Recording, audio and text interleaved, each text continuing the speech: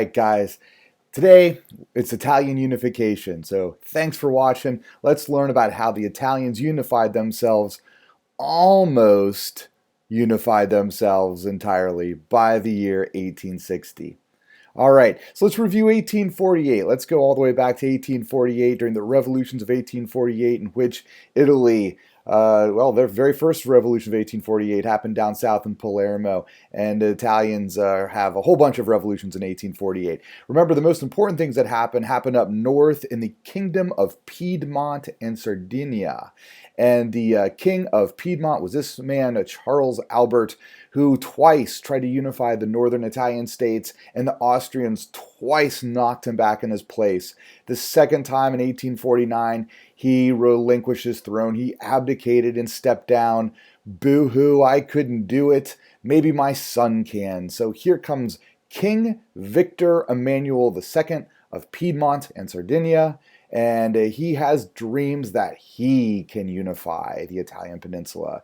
Going back once again to 1848, remember that Mazzini and Garibaldi, Mazzini, the heart of Italian nationalism, the guy who really articulated what nationalism is, and Garibaldi, the king killer, the man with the red shirt, who led an army to liberate Rome and Mazzini right there by his side. These two guys actually created the Republic of Rome of 1848, which only lasted for a hot minute because here comes Napoleon. Well, back when he was Louis Napoleon, before he was Napoleon III, he and the Pope show up, and the French take over Rome. They knock out the Roman Republic, and they reinstall Pope Pius IX back in the Vatican. So Louis Napoleon, and soon to become Napoleon III, and the French army, they are going to control Rome. Let's take a moment to kind of get to know Napoleon III. He's got a very interesting foreign policy, very, very inspired by his uncle. He, under Napoleon I, the French Empire, they did things the old-fashioned way. They took over other countries.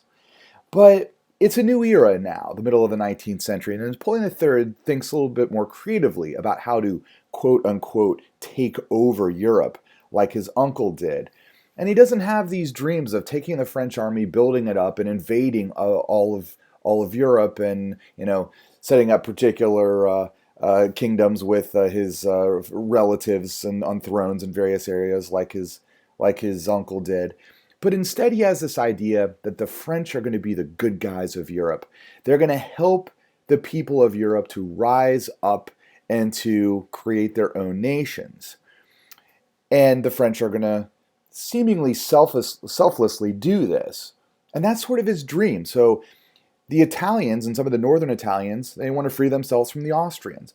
Well, here comes Napoleon III and the French army to help you liberate yourselves, so that you can be free. And you might feel a sense of indebtedness to Napoleon III and the French, maybe a whole lot of indebtedness. Maybe you're going to become good trading partners. But the French see themselves as helping to liberate the people of Europe under Napoleon III. And this is really Napoleon III's foreign policy. I've got a nice quote here from Napoleon I, which influenced Napoleon III. All right. The man who was most significant in the Italian unification movement of the late 1850s is this man right here, Count Camillo di Cavour. He's an interesting man. Probably you wouldn't predict that this is the guy who's going to lead Italian unification in the early 19th century, because he himself at heart is a political conservative. He has no love for Giuseppe Mazzini in his romantic Republican nationalism. He simply thinks Mazzini has his head in the sky. He's a fool who believes that all of the Italian people can be unified and free under one republic. It's just dreaming. Count Camillo de Cavour is going to be one of the most significant statesmen in all of European history because of the way he thinks. He is a very logical but creative thinker, and he views politics as sort of like a chess game. You can't be romantic. You can't really be emotional. You kind of have to look at where the pieces are and move the pieces in the right place so that you can accomplish your ultimate objective, whatever that objective is. So the Germans later on are going to copy Count Camillo de Cavour, and they're going to call his style of statesmanship realpolitik. In realpolitik, thinking realistically about politics, not emotionally, not romantically, realistically. And we'll talk more about realpolitik when we talk about German unification. But let's get to know Cavour here for a moment. Who is Cavour? Well, Cavour was very influenced by the Enlightenment. He starts off a landowner in northern Italy and begins using scientific ideas for agrarian reform, and he's highly successful in his agrarian reform and becomes rather wealthy. He takes his money and he uses it wisely. He invests it in railroads, and so he gets involved in railroad speculation. He sees railroads as the invention of the future, and of course it is, and he makes a lot of money in railroads. And so he's wealthy. He's a self-made entrepreneur. So he's kind of, American in that way. But what he does with his money is interesting. After he makes money in the railroad, he begins supporting nationalist movements. So now even though he's a conservative, he does dream of a unified Italy. So here's what he does with his money. He starts a newspaper, Il Risorgimento, and I'm sure I'm not saying that right. Il Risorgimento. I don't speak Italian, but that's how it looks to me. And this means the restructuring.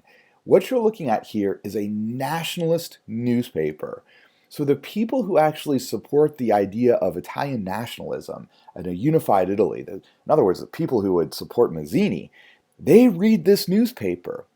What Cavour is doing is drumming up Italian nationalism. All right, so Cavour, I'm going to go back to this slide right here. When Victor Emmanuel II becomes the king of Piedmont, he selects Cavour to be his prime minister. And this was the wisest thing that Victor Emmanuel II will ever do in his career as king. Count Camillo de Cavour, when the Crimean War begins, Cavour says we need to dedicate troops. 10 to 20,000 troops, small number, but we can that's the number of troops that we can send to help the Allies win the Crimean War against the Russians. And Victor Emmanuel's like, why would we do that? Piedmont has nothing to gain from this. And Cavour says, yes, we do. If we dedicate troops and we support the British and the French, they will give us a seat at the table. And if we ever decide to make another bid for unifying northern Italy, the French and the English, and especially the French, they're probably going to support us. The fact that Austria has stayed out of the Crimean War, and they're the ones who are controlling northern Italy, we can, use the French to support us, to knock them out of the way. The Austrians aren't going to stand a chance since they decided to stay out of the Crimean War. It's a good gamble for us. And then after the Crimean War was over, Cavour goes to the peace conference in Paris, meets Napoleon III, and just schmoozes him. Napoleon III is a sucker for flattery, and Cavour flatters him. He impresses everybody there with his intelligence. He can talk about anything, and people start to have respect for Cavour. All these ambassadors have all this respect for Cavour, which therefore makes them want to support Piedmont. All right. So because Cavour successfully schmoozed Napoleon, Cavour is going to use Napoleon III in his attempt to unify northern Italy. So here's what Cavour does. Look at the green on the map here. Look at the green on the map. Find the Kingdom of Piedmont and Sardinia, which looks like it's written here in Italian. In French. This map looks like it's in French. All right, so Cavour wants to provoke war with the Austrians, all right, and the Austrians control the area that's up there in the white. And Cavour pulls this very, very old trick for how to get somebody to declare war on you, which is you build up your army and you mobilize it on the border. When the Austrians find out that the that the Piedmontese are once again lining up their army as if they're going to attack the northern Italian states and take them over, which they did twice before in 1848. Then the Austrians simply jump the gun. They declare war on Piedmont. When this happens, Cavour goes to Napoleon III and says, the Austrians have declared war upon us. We need your help. Napoleon III says, no problem. And Napoleon III, and this is worth noting, Napoleon III saddles up and leads French troops into battle in the defense of Piedmont against the Austrians. So Napoleon III, this is not the last time that Napoleon III is actually going to lead men into battle, because Napoleon III wants to be like Napoleon I, and so he's actually going to lead men into battle. And this is not the last time Napoleon III does it, but it's worth noting in European history, Napoleon III is the last head of state to actually lead men into battle. I'm trying to think in our own country's history, in American history, I don't think a president has ever led men into battle while he was president. Certainly we've had a lot of generals become president, but never one who's actually led men into battle when he's president. So this is what Napoleon III does. And then Napoleon III gets weird. As he is attacking the Austrians, and Piedmont is gaining ground against the Austrians, and it seems like Piedmont might go free, Napoleon III has a change of heart. And this is what's weird. It's almost like Napoleon had an oh crap moment. What have I got myself into? Because he's attacking Austria, and Austria may in turn attack France, and we may have this war that Napoleon might not be able to handle, especially if the Austrians go to the Prussians and if they ask for help. France doesn't want to find itself in a war against Austria and Prussia. So Napoleon III freaks out, and without consulting Cavour or Victor Emmanuel II, he sues for peace. So this is the Peace of Villafranca that you see up here in 1859. This is Napoleon III talking directly to the Austrians, saying, I'm sorry, let's call the whole thing off. And the Austrians are like, okay, no problem. All right. So Napoleon III is out of it. Sorry about your luck. So Cavour's like, gosh darn it. Napoleon III was supposed to help us, and he did, and then he didn't, and he sued for peace without even consulting us. What does this mean? I failed. So strike one for Count Camillo de Cavour. But he's going to play another card here in 1860. He turns to this guy, Garibaldi. So let's remember who Garibaldi is. Garibaldi is a passionate soldier of republicanism. Garibaldi is the king killer. Garibaldi believes in Mazzini. He believes in nationalism.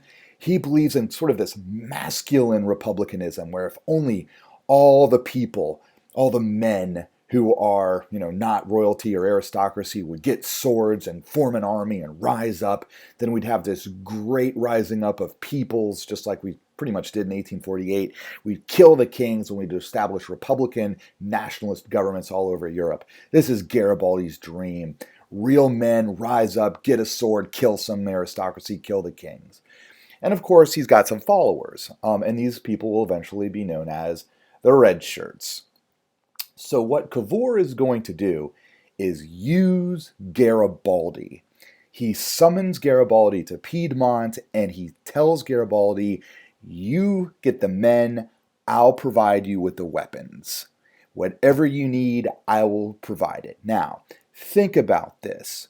Cavour doesn't believe in republican nationalism. He believes that this is foolhardy. Garibaldi, for his part, if you're Garibaldi, are you gonna accept guns and support from a kingdom? But Garibaldi sort of understands what's going on here. Cavour believes in uniting Italy. Garibaldi believes in uniting Italy. So Cavour is going to give Garibaldi all of these guns. Garibaldi is going to raise a few men and not a lot, and Garibaldi is going to invade the south of Italy. Not the north, but the south, and work his way up north. Okay, hey, let me jump forward a little bit in history and talk about Garibaldi's influence on history. So Garibaldi's going to get all these Republican nationalists together, these men who are going to rise up against the aristocracy, and he calls these people end up getting called the Red Shirts because of Garibaldi's flashy red shirts. So I suppose. This is going to influence later on in history. In the 20th century, Benito Mussolini, who is going to get a bunch of guys together, they're going to be called fascists, and these are the black shirts. And Mussolini pretty much stole, this this shirt idea from Garibaldi. And then, of course, Mussolini influences the Nazis up north, and the Nazis are the brown shirts. So these are three groups of political groups that fight that you guys need to know about throughout European history. We'll learn more about the black shirts and the brown shirts sometime after you guys get back from spring break. And then this is just some fun science history here. There's actually a Garibaldi fish named after Garibaldi for a very obvious reason. All right, so here we go. Coming out of Piedmont, let's look at this map. First of all, this map is kind of bizarre because it's half in English and it's half in Italian. So looking up north there at Piedmont, I've got red lines for to highlight Garibaldi's route. He leaves Piedmont with 1,000 men and guns, and they make it down to Sicily. 1,000 men. So think about this. Garibaldi is going to invade and try to take over Italy with about half the population of Upper Arlington High School. And he does. They arrive in southern Italy. Here come the red shirts in this little image here, and they begin taking over southern Italy, and they are highly successful. How can they do this with so few men, no matter how many guns and how much money they have supplied from Piedmont? Garibaldi, first of all, Garibaldi is a celebrity. People know who he is. So when the red shirts arrive, they are pretty excited about it because he's a celebrity. He created the Republic of Rome in 1848. Now, also the southern half of Italy back then, and for what it's worth, even still today, very agrarian and very poor. A lot of poor working farmers. And these guys were very excited at the possibility of rising up against their mostly Spanish Bourbon-controlled masters, driving them out of Italy or killing them, and then having some sort of reform in which they hopefully will profit out of and life will get better for them. So they were very motivated, and the fact that Garibaldi's leading them, it was really easy for them to, grab one of Garibaldi's guns and join in the march. And the aristocracy and it just took a run for it, or some of them got killed. So when we get to 1860, we have Garibaldi having taken over the entire southern half of Italy. Now, Cavour, back up north in Piedmont, he knows about this. He's supported it. He's sort of the guns behind it. But he's now, got to play a different card here because with Garibaldi, Garibaldi's the king killer. How much of Italy is Garibaldi going to take over? It seems like he's going to take over most of it. He's probably not going to take over Rome because he doesn't want to have to face the French army. But he could take over potentially all of it. Now, Cavour knows this. So what he has to do is he has to stop Garibaldi now, even though Garibaldi's got all this momentum going. In the northern Italian states in 1848, they had supported Piedmont taking them over because the people in these northern Italian states, these would be places like Lombardy, Tuscany that you see on this map here, the people support having an Italian king and driving out their Habsburg rulers. The Austrians are pretty much controlling all of northern Italy except for Piedmont. So at this particular moment, Victor Emmanuel II, under the direction of Cavour, he's going to saddle up the Piedmont army, and they are going to drive south. So you've got Victor Emmanuel II. He begins taking over the northern Italian states. The northern Italian states are supportive of this, and they actually the Habsburgs don't put up much of a resistance. So when we get to, at some point in time in 1860, we've got Italy pretty much taken over by Italians, with two notable exceptions that I'll talk about a little bit later. Rome, which is being protected by the French, and Venetia, which is up north and that the Austrians, the Habsburgs, are still controlling Venetia. But for the most part, Italy is taken over. In the northern half, you've got a king, and in the southern half, you've got Garibaldi's Republic. So you've got two very different antagonistic political systems taking over Italy. So what's going to happen now? So you've got Victor Emmanuel II and his Piedmontese army in the north. You've got Garibaldi and his Republican army in the south. Most of the people love Garibaldi. But what's going to happen next? So I'd like for you to put yourself in Garibaldi's shoes at this moment. What do you do? What's your next move? So as I see it, Garibaldi's got three choices he could make. One, dig in and play defense. You've got southern Italy. You've got massive support in southern Italy. These southern Italians want to be Republican. They want to support you. You could just dig in and play defense. Now, what you sacrifice there, though, is Italian unification, which is what you've always dreamed of. And then, could it be in the future, since you've gotten all these guns and support from Victor Emmanuel II and Cavour, eventually that's going to run out. Like, what are you going to do? Southern Italy is poor. You're going to have to import guns from somewhere or something. Like, how are you going to survive? So there's that. Choice number two, civil war. You could attack the northern Italian states. After all, Garibaldi is very, very popular. There might be quite a few Italians in northern Italy that do believe in supporting you. But do you want to fight a civil war against the Piedmontese? And Garibaldi just doesn't have the heart for that, I don't think. His third choice is surrender. Literally go to Victor Emmanuel II and turn over southern Italy. Now, what do you have to gain from that? Well, your life, you'll live, you'll be a hero. Two, you've got Italian unification. Italy will be unified, almost entirely unified, with the exception of Venice and Rome. But what do you sacrifice? Well, republicanism. Men won't have the right to vote. You'll have a kingdom. So what does this mean? Or what does he do? In the end, Garibaldi surrenders to Victor Emmanuel II. So what we learn about Garibaldi here is at the end of his career as a soldier, he simply believes more in Italian unification and Italians being unified. And then maybe there'll be some slow democratic reform in the future. And that trumps his republicanism.